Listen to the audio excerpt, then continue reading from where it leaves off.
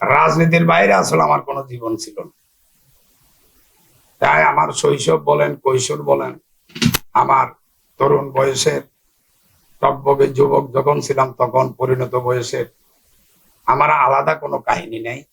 আমার সমস্ত কাহিনী রাজনীতি, জাতীয়তাবাদী ছাত্র দলকে নিয়ে কেটেছে, জাতীয়তাবাদী দলকে নিয়ে কেটেছে।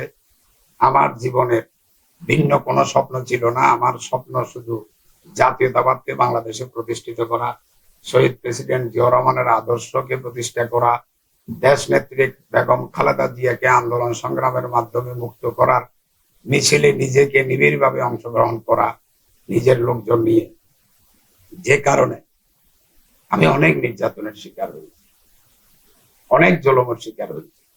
যেমন 2009-তে জেল কেটেছি, 2012-তে জেল কেটেছি, 14-তে জেল কেটেছি, 15 সালে জেল কেটেছি, 2018 সালে নির্বাচনের আগে জেলে গিয়েছি, নির্বাচনের পরে বের হয়েছি, 2020 সালে জেল কেটেছি, 2023 সালে জেল কেটেছি, 2024 সালে ঢাকা থেকে ডিবি হারুন আমাকে গ্রেপ্তার করে চট্টগ্রাম জেলা পুলিশকে সুপর্দ করে।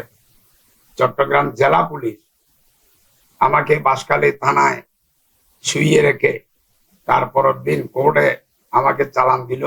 আমার কাছ থেকে 10টি অস্ত্র উদ্ধার হয়েছে বলে, 132 রাউন্ড গুলি উদ্ধার হয়েছে বলে, আমার বাড়ি থেকে আমি উদ্ধার করেছি দিয়েছে বলা হয়েছে, অথচ আমার বাড়িতে আমাকে নেও নাই। আমি তখন আদালতের কাছে আমি সাবমিশন দিয়েছিলাম, আমাকে যে আমার বাড়িতে নেওয়া হলো, আনা হলো, এটার কোথাও কোনো প্রকার ভিডিও আছে কিনা, অথবা থানা থেকে আমাকে বের করা হলো, থানা থেকে আমাকে ঢুকানো হলো, থানার কোনো সিসিটিভি ফুটেজ আছে কিনা। যদি থাকে আমি এটার সুষ্ঠু একটি জুডিশিয়ারি ইনকোয়ারি চাই, আর যদি না থাকে তাও আমি একটা সুষ্ঠু তদন্ত চাই। আদালত, তৎকালীন ফেসিবাদের অধীনস্থ আদালত আমার সে বক্তব্য শুনে নাই, আমাকে উল্টো 7 দিনের রিমান্ড দিয়েছে, অমানসিক টর্চার করেছে। রিমান্ডের পর রিমান্ড, মামলা একটা থেকে জামিন হলে আরেকটা, সেটা থেকে জামিন হলে আরেকটা, বারবার জেল গেট থেকে আমাকে সোন অ্যারেস্ট করে আবার পাঠানো হতো।